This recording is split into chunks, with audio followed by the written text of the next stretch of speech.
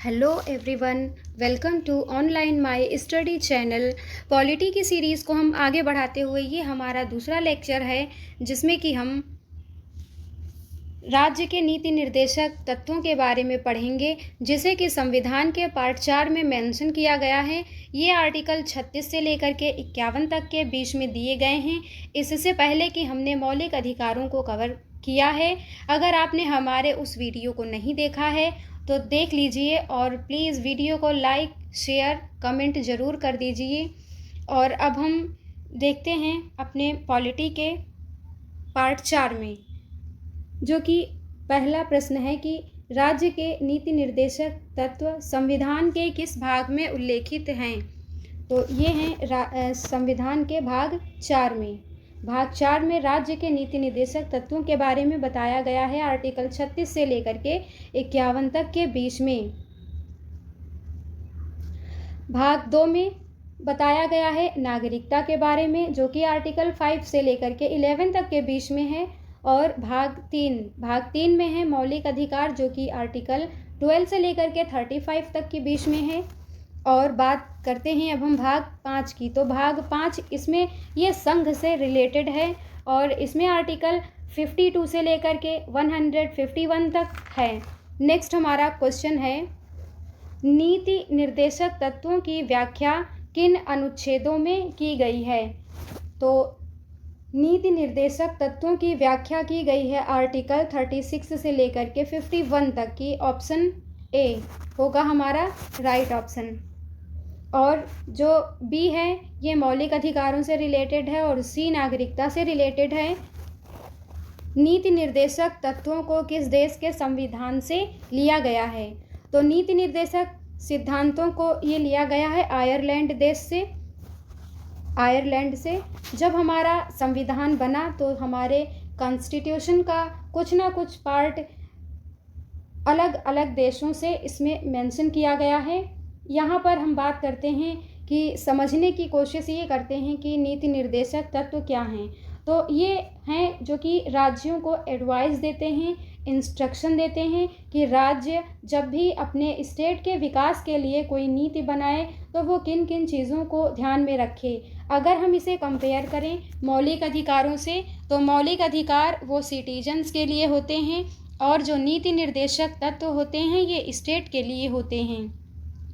अगर हम इन दोनों में फ़र्क करें नीति निर्देशक तत्व और मौलिक अधिकारों के बीच में, तो जो नीति निर्देशक तत्व होते हैं इनमें एक प्रमुख अंतर ये है कि मौलिक अधिकार ये नकारात्मक प्रकृति के होते हैं, क्योंकि ये हमारे लिए तो एक अधिकार हैं पर राज्यों को ये बहुत कुछ करने के लिए सीमित कर देते हैं। फॉर एग्जाम्पल, राज्यों को जैसे कि भेदभाव नहीं करना है, किन्हीं आधारों पर लोगों की व्यक्तिगत ज़िंदगी में हस्तक्षेप नहीं करना है, ऐसी चीज़ें क्रिएट नहीं करनी है या ऐसा इन्वायरमेंट भी नहीं बनाना है जो लोगों को उनके मौलिक अधिकारों के खिलाफ हो।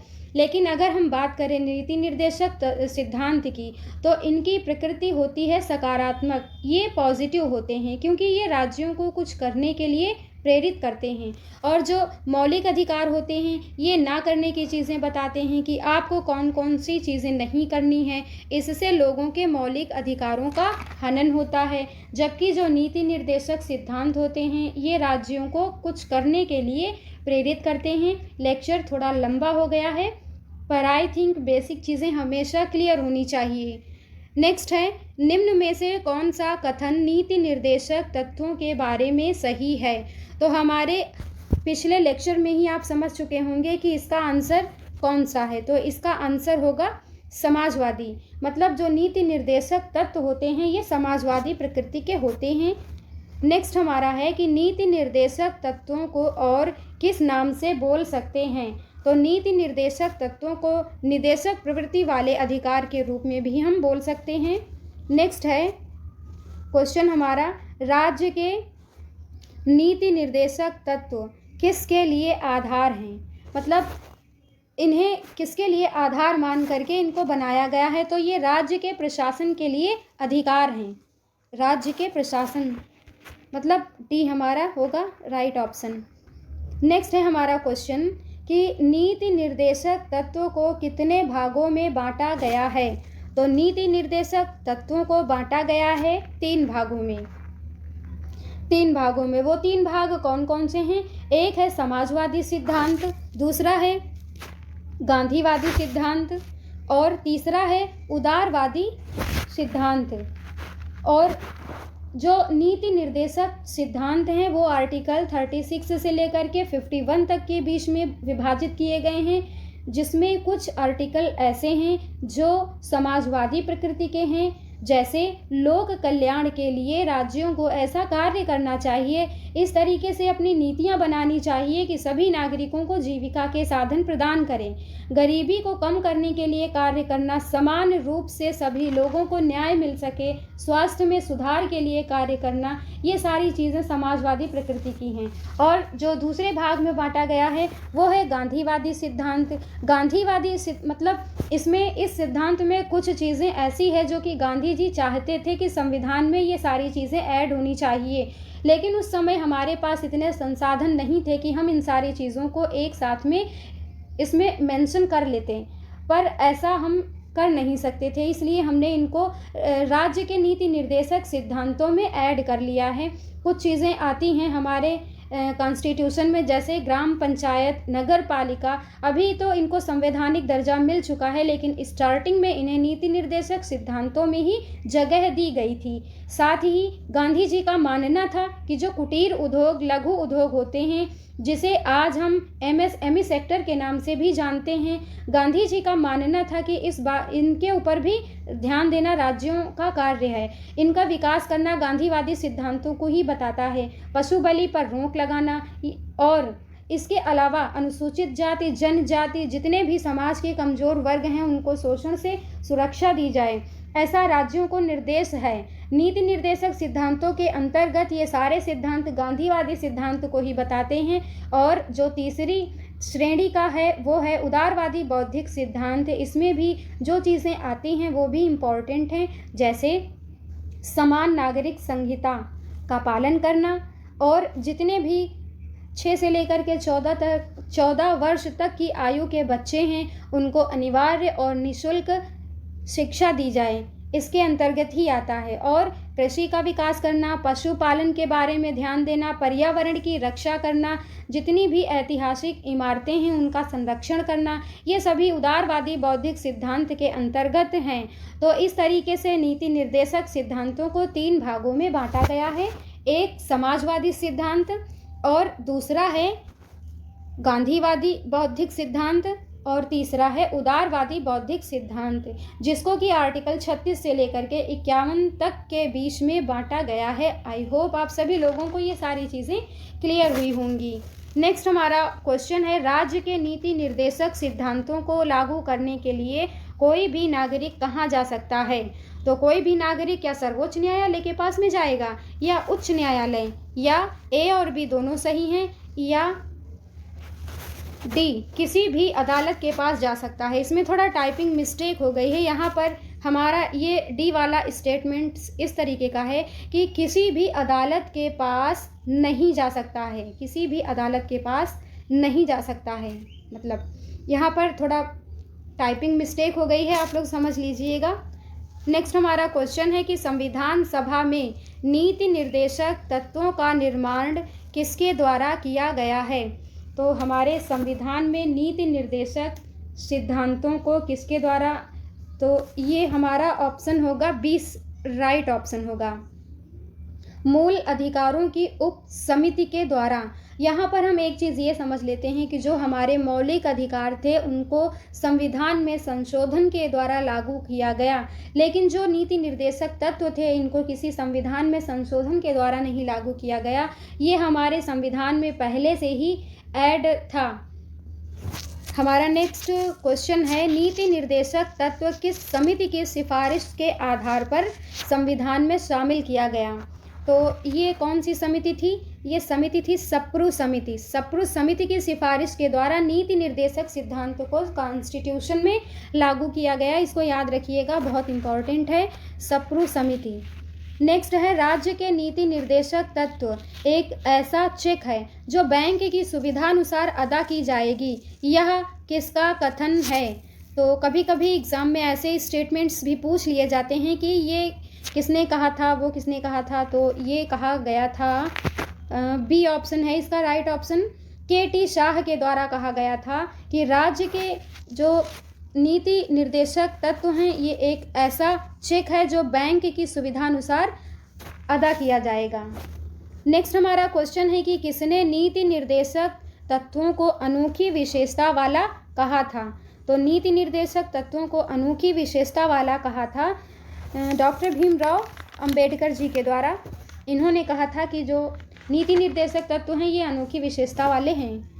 नेक्स्ट है, किसने कहा कि DPSP directive principle state policy का उद्देश्य आर्थिक प्रजातंत्र की स्थापना करना है। मतलब ये किसने कहा था कि राज्य के नीति निर्देशक तत्वों का उद्देश्य जो है वो राज्य के नीति निर्देशक या उसकी नीति में आर्थिक रूप से प्रजातंत्र की स्थापना करना है। तो ये कहा था हमारे डॉक्टर भीमराव अंबेडकर जी के द्वारा, ऐसा कहा गया था।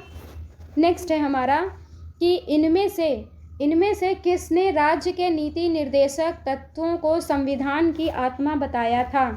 तो ये बताया था ग्रीनविल ऑस्टिन के द्वारा। ग्रीनविल ऑस्टिन ने राज्य के नीति निर्देशक तत्वों को संविधान की आत्मा कहा था। मूल अधिकार और नीति निर्देशक तत्वों के बारे में पहला विवाद कब सामने आया था। मतलब मूल अधिकार और नीति निर्देशक तत्वों के बीच में पहली बार जब टकराव हुआ था तो वो कब आया था। तो ये आया था चंपकम दुरई राजनवाद में। चंपकम दुरई राजनवाद 1951 में ऐसा हुआ था कि संविधान लागू होने के एक साल बाद 1951 में ही चंपकम दुरई राजनवाद में ये पहला मामला सामने आया था कि अगर जब मूल अधिकार और नीति निर्देशक तत्व दोनों में चैलेंज आ जाए कि उन्हें कोई कानून बनाना है नीति निर्देशक तत्व के अकॉर्डिंग, पर कोई मौलिक अधिकार सामने आता है, तो ऐसी स्थिति में राज्य को क्या करना चाहिए, दोनों में कौन प्रभावी होगा, किसको माना जाए, मूल अधिकार या नीति निर्देशक तत्व को। तो ऐसी कंडीशन में सुप्रीम कोर्ट ने मौलिक अधिकारों को ज़्यादा प्रभावी माना था।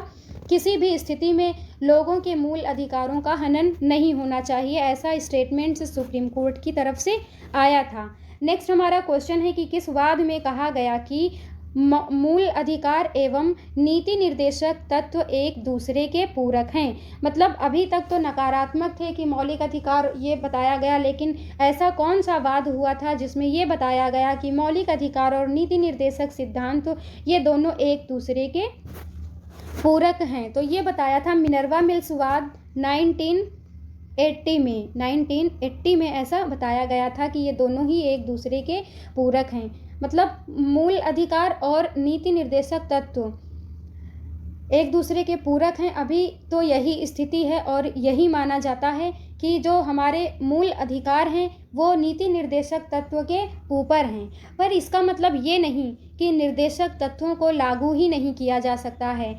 संसद को जब भी कभी ऐसा लगेगा कि दोनों के बीच में कोई कॉन्फ्लिक्ट आ रहा है तो निर्देशक तत्वों को लागू करने के लिए वो मौलिक अधिकारों में संशोधन कर सकती है, और सांसद को ऐसी शक्ति है कि वो संविधान संशोधन करके मौलिक नीति निर्देशक तत्वों को लागू कर सकती है। पर अभी की जो कंडीशन है वो उच्च स्तर मिला हुआ है मौलिक अधिकारों को।